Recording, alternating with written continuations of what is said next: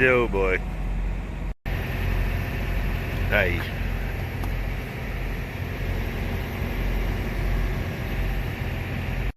I think we may be done here.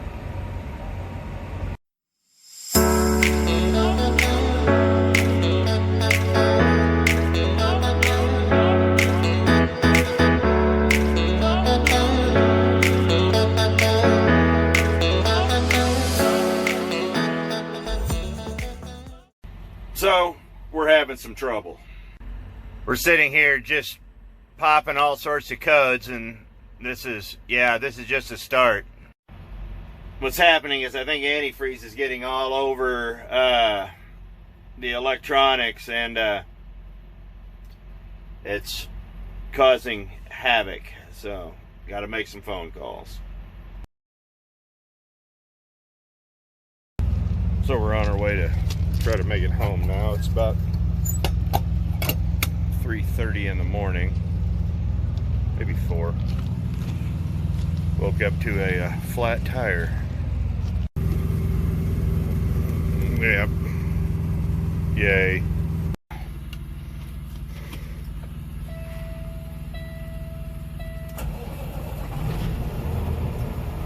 Now let's see what happens. That's encouraging.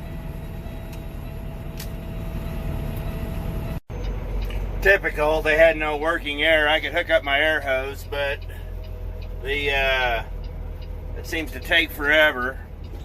So we're gonna run across the street to the pilot here.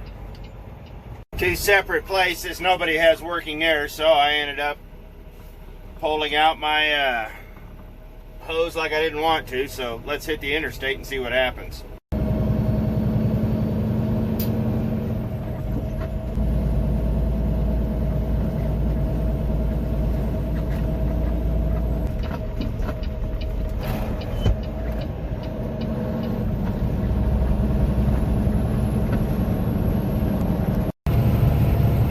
And here we go, up the hill.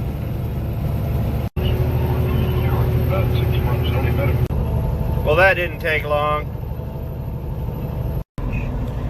Well, just on the east side of Cheyenne, and the low coolant light went off, so let's see what happens now. Apparently I spoke too soon.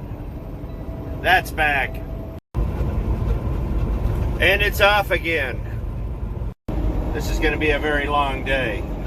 I swear it's going to be like Vegas, and I'm going to hear that dinging in my sleep for the next week. And just like that, we are in Nebraska. And just like that, it's amazing how the scenery can go from beautiful, picturesque, and rocky mountain-like to, well, flat and boring. And by the video, sorry, rather bumpy. Which, that's irony because, well, we left Wyoming into Nebraska, and Wyoming's road maintenance leaves a lot to be desired, especially in the wintertime when they dump cinders all over the road. Yeah, that's always fun.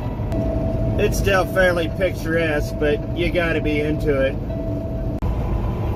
Ogallala, Nebraska. I spent a week at this TA one day. I did a restart there one weekend, spent about 2 days there, and there's a bar across the street, and good night. It's probably the last time I ever really let loose, and it's been several years, and it's probably a good thing.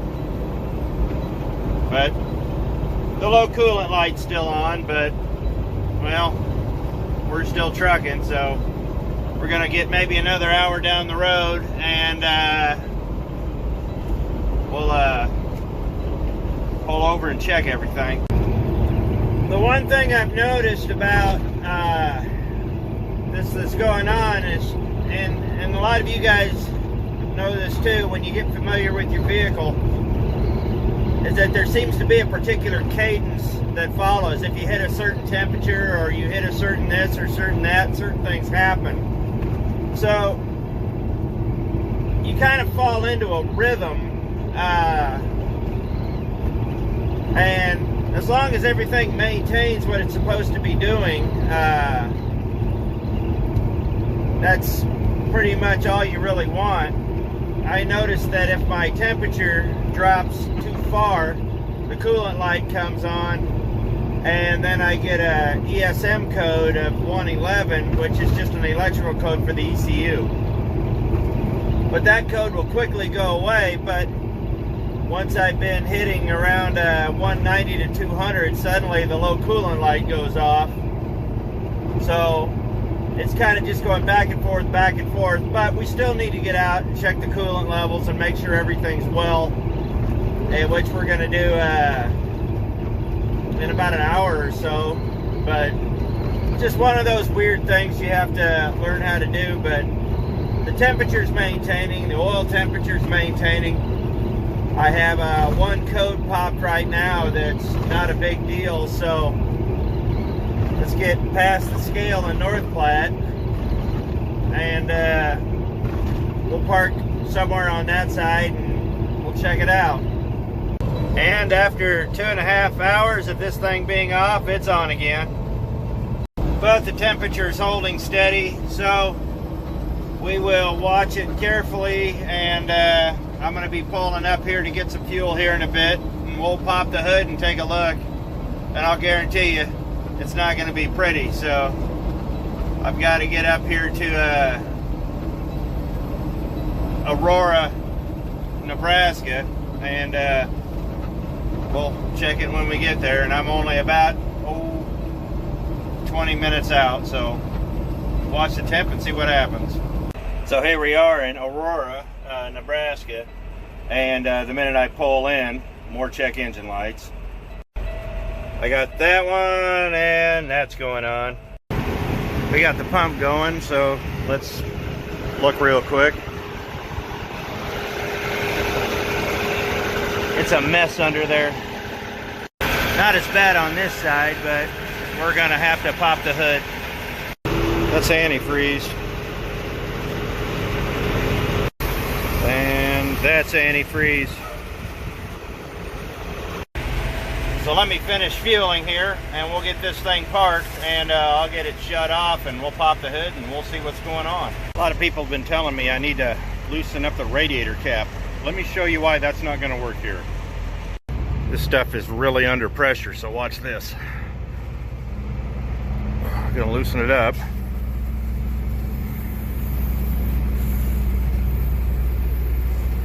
And you can see the fluid start coming back. It's under a lot of pressure under here. So, yeah, that's why we don't loosen the cap. You remember when I had the rental truck, what was wrong was the compressor head. And I'm thinking the compressor head went bad. And I'll tell you why. There it is right here. But apparently airlines go through it, and or water lines go through it, and it I don't know why.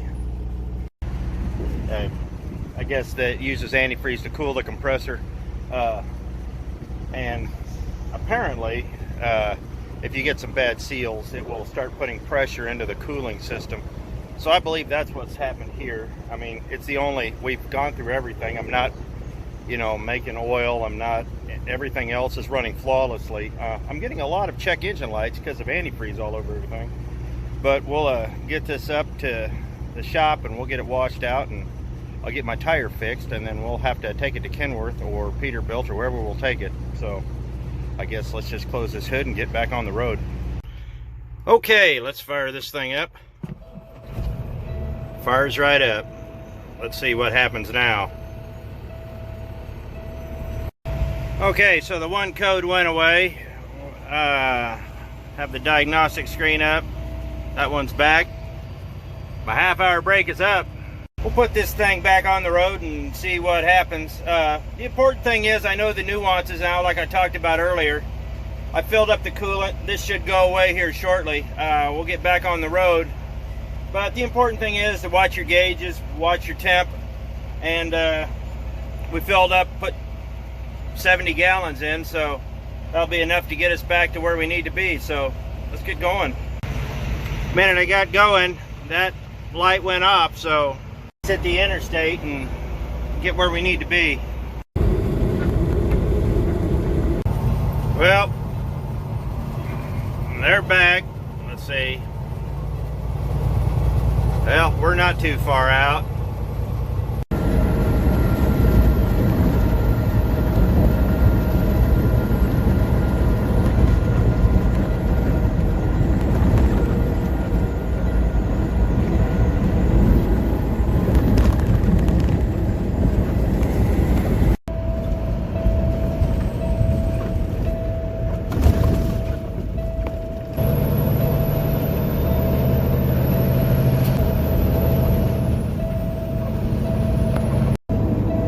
As you may be able to hear, it's dinging again. I noticed that when the temperature got above 80 and I had a phone call, I had to use the air conditioner so I could hear. That kind of had a negative effect on it, so the air conditioner's back off. We're north of Council Bluffs right now on I-29. Sorry about the bumping. So we are about, I'd say 80 miles from where I'm going to stop tonight. I got to get a tire fixed in the morning at the shop, and then I got to go to Sioux Falls, and we're probably going to put it in there at Kenworth. I'm going to have the guys at the shop go over it, so got to sit here and keep the temperature down. I mean, I'm getting those same two codes again, and the dinging, like an old Alfred Hitchcock flick. So the temperature is staying where it needs to stay. It's right up between 180 and 190 now. I got the AC off and everything is going well. So let's get up there to Sioux City and get this thing shut down for the night. We'll have to go from there, I guess. Sorry about the bumping.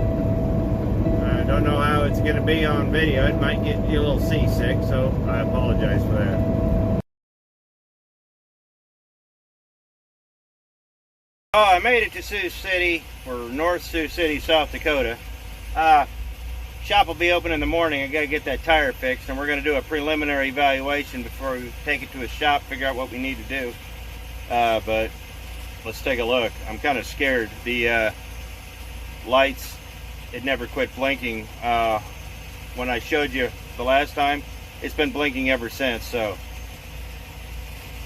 we'll let it cool off. It never overheated. I mean, it stayed right around 180, so let's get out of the truck and see what it looks like. That's a lot of antifreeze. Yeah.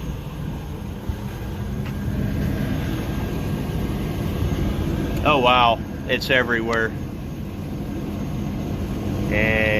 Oh yeah, it's really everywhere.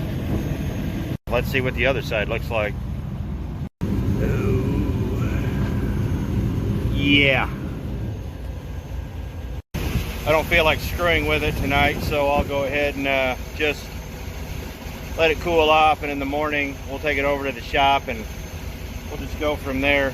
This is a mess.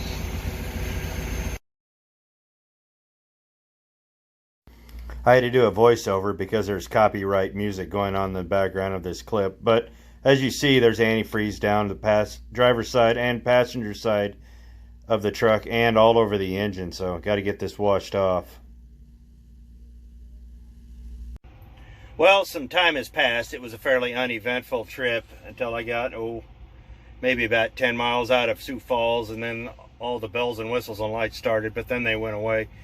So we got it checked in. It might be tomorrow, so we will have to just catch it back then and figure out what's going on. So we're here at Kenworth just waiting, so now I got to make phone calls and figure out what I'm doing from here. So we got the truck turned in. Once again, I'm in a hotel room, so well, let's break it down what's happening. Alright, well, the truck's in the shop, and I should know something tonight or tomorrow morning. So I think it's just a compressor head. If it's a compressor head, it's covered under warranty, I hope. But if it's not, we'll go ahead and put a whole new compressor on it if they can get that. But we should know something. But on a bright note, I did talk to them about another truck. I found one there I kind of like. Not in love with it, but the deal's on the high side of fair, but we'll know something more a little later. So I guess that's it for right now, and I guess we'll catch you when I know something more about the truck. So I'm gonna go get a drink. Talk to you tomorrow. Today we're in Sioux Falls. Well, we walked down there today, check on the truck. It's gonna be maybe later today, first thing in the morning. So I gotta start making phone calls, because if I'm here tomorrow, we're gonna have to start making other plans. So wish me luck. Peterbilt's got some pretty trucks though. What you're seeing is the extent of their inventory. They're sold out.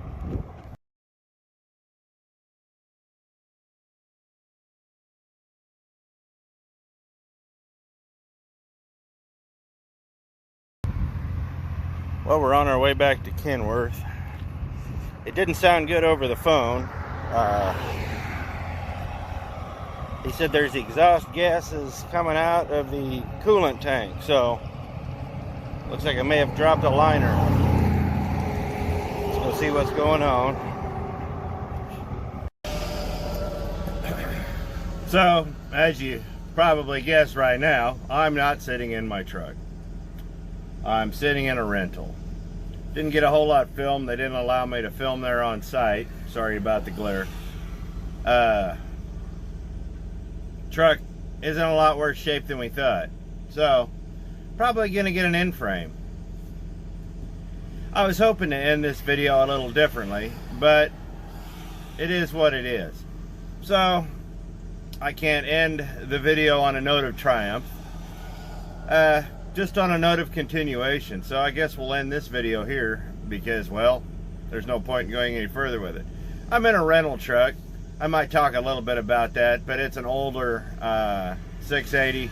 Not as new as the last one. And I'll tell you, the last one was nice. You can definitely tell the difference between an ISX and an X15 for sure.